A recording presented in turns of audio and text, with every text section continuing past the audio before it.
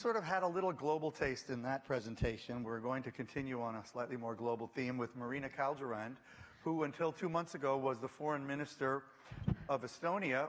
She stepped down from that post to run for president. I lost.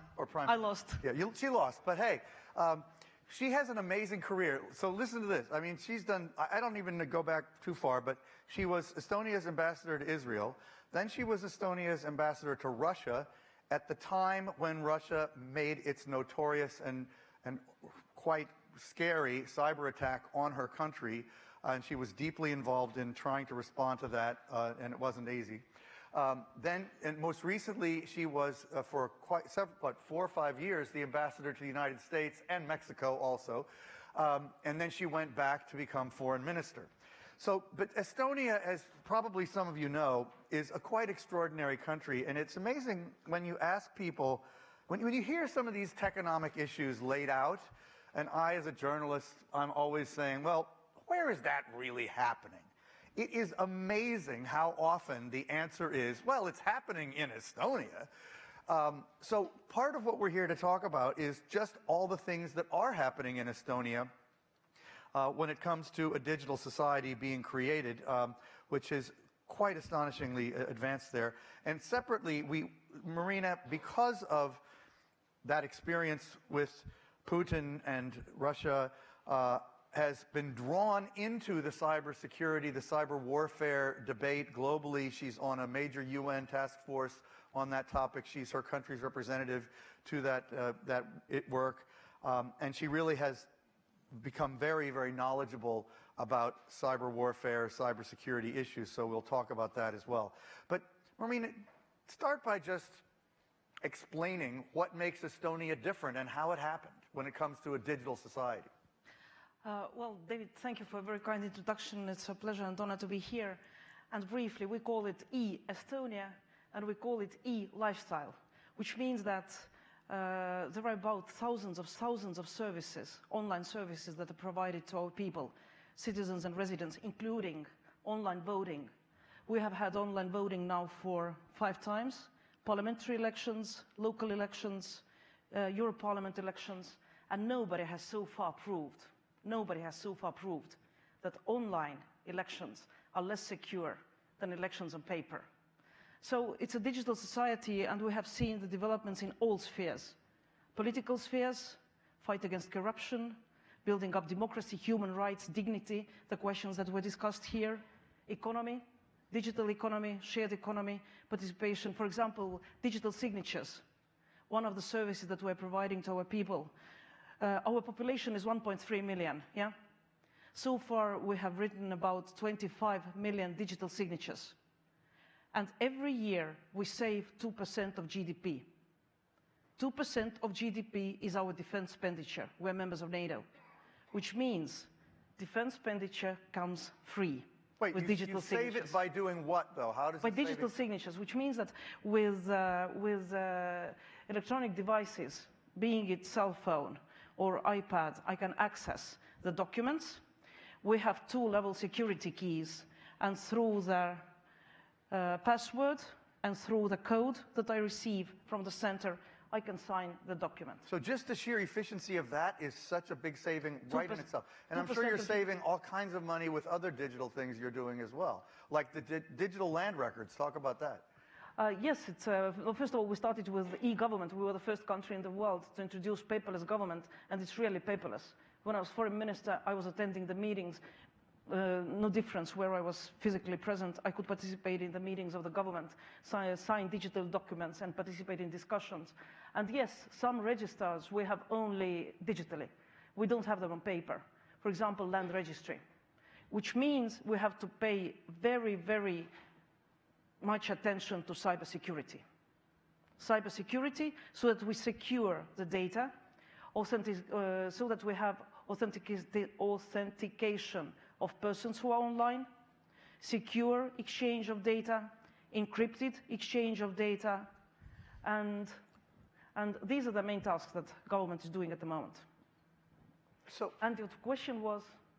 Well, just how you save money with the digital economy, but I guess, why did this happen? Yeah, I'll add one thing. For example, starting business.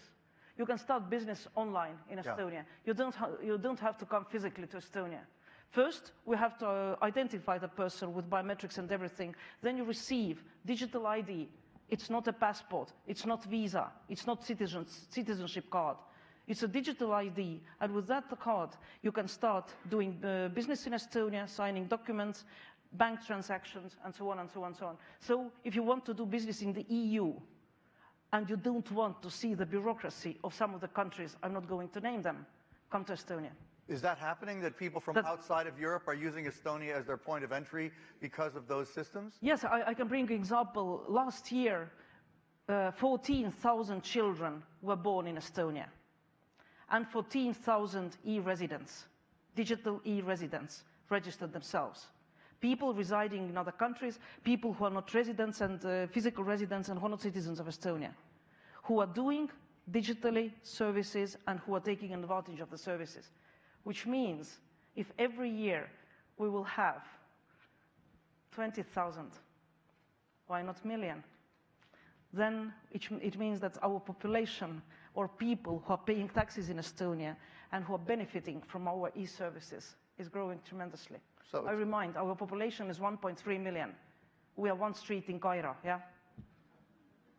So it's kind of like a new form of free trade zone then, in that sense, in that it has the same kind of economic development impact by really differentiating yourself from the rest of Europe. Although I do We are not differentiating. We're members of the EU. I know which that, means but that all the rules and regulations apply also of course, to us. I totally. But we make it just more and more simple.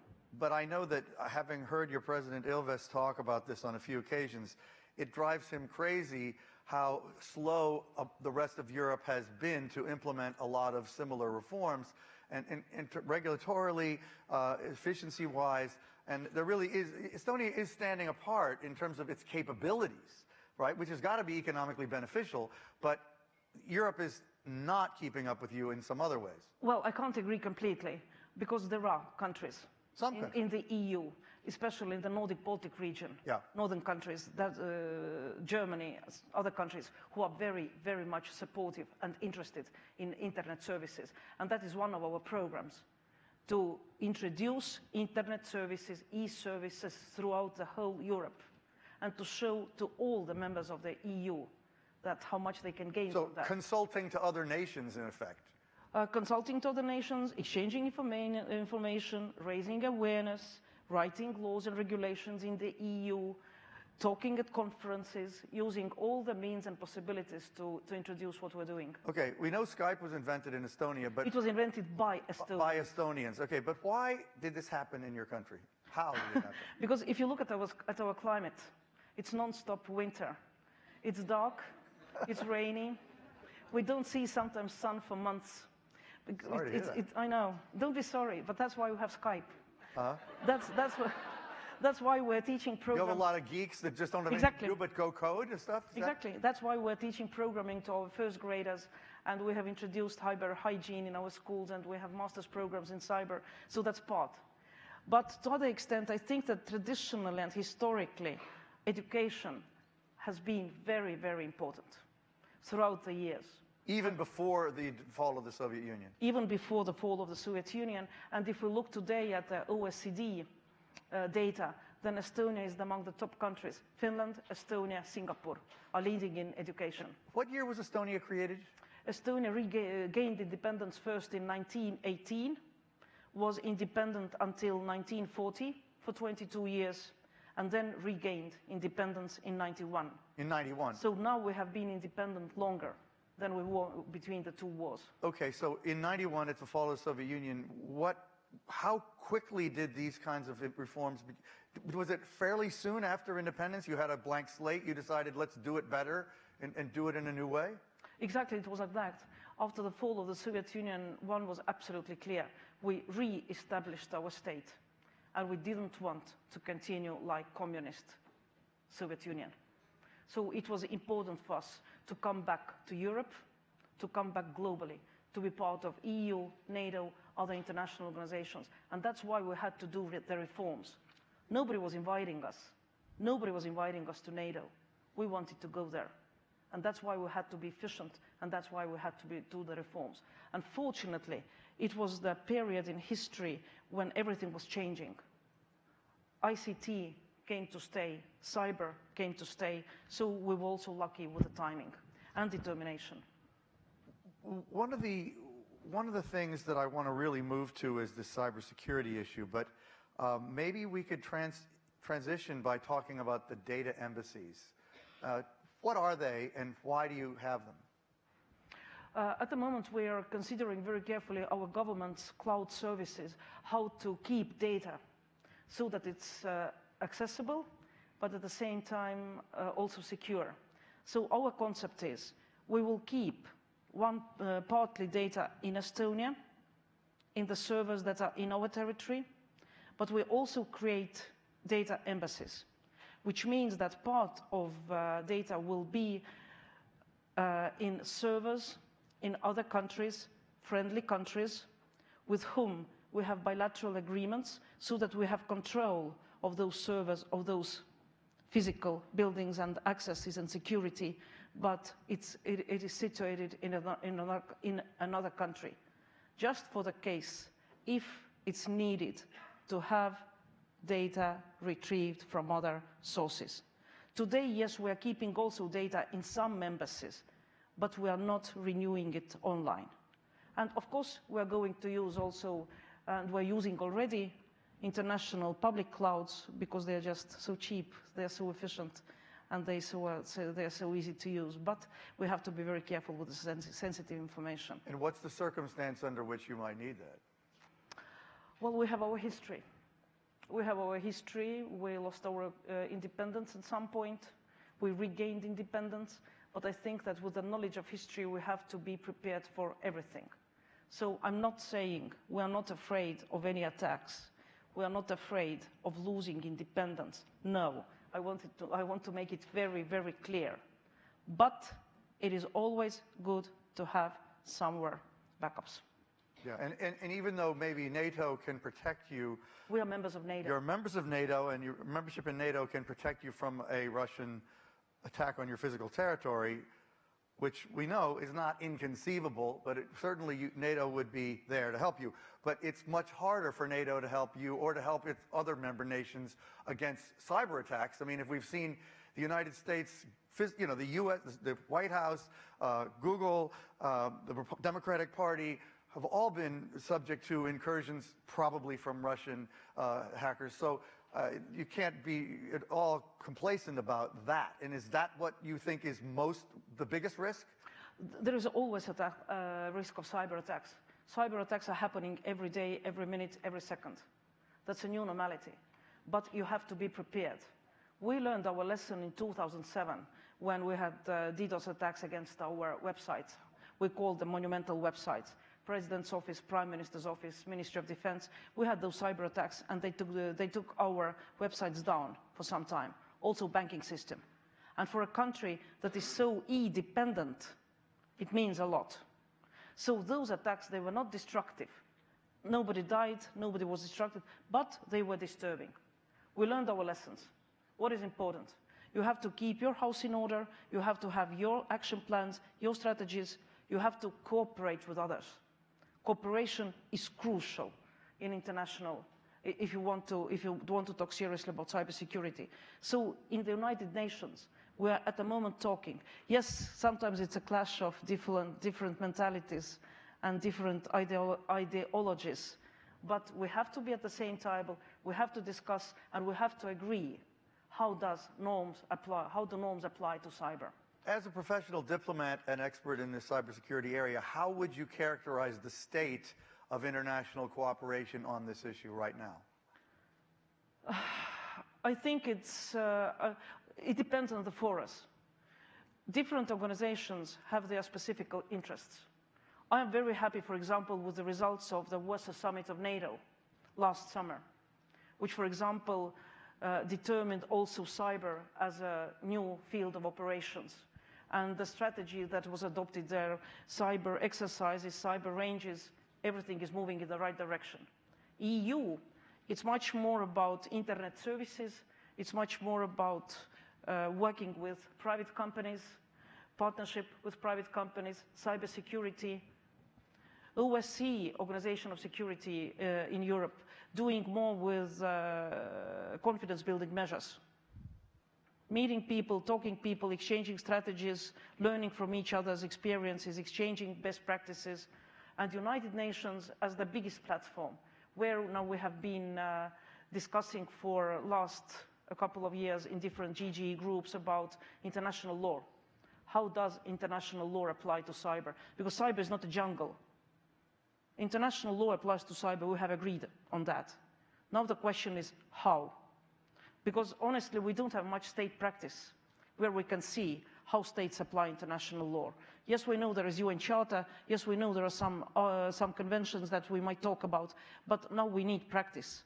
And in Tallinn, we have, for example, the Center of Excellence of NATO, which is a think tank type that is doing great work with international law and analyzing international law in for cyber.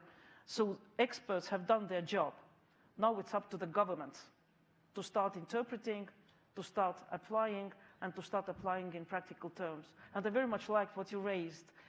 Gender, women and ICT, it gives many, many new possibilities, many, many new options, but it brings also along risks that we didn't know about some tens of years ago. So I think it's important that we talk. I'm a diplomat. I prefer talking. So even if we have different ideologies, it's better to be at the same table with all stakeholders. So in the United Nations, we're talking with states and governments, and of course we need something else. We need something additionally, where we get together governments, private sector, academia, experts. We need also that fora. So it's never enough of exchanging and talking. I want to hear the audience, but you are an expert in Russia. Donald Trump also says he wants to talk more to Russia. How do you feel about the way he talks about Russia and Putin? Come on, David. I'm a diplomat. I'm not going to comment about. I'm a journalist. I'm your president-elect. I'm going to try to press you. So you're not going to talk about that? No. Okay. Well, that's an answer in itself. But I can say generally that the United States have been our very close allies, bilaterally in NATO, in international organizations. I have a very much hope that it will continue.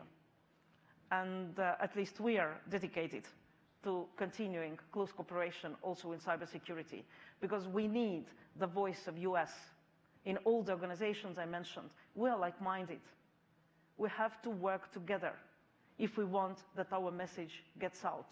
And I very much hope that the cooperation will continue. You're like-minded, and your president even grew up in New Jersey, as I understand it. What about the audience? Who has a question or comment? I see a hand back there. Please get the mic there. Thank you. Identify yourself. Mark Bonchek with ShipThinking. Mark. My question is, what would you have done differently if you had been 10 million or 100 million population, but is affected by the size of the country? I don't think his mic is working, but we heard the question. What would you have done differently if the country was much larger? It's a very good question.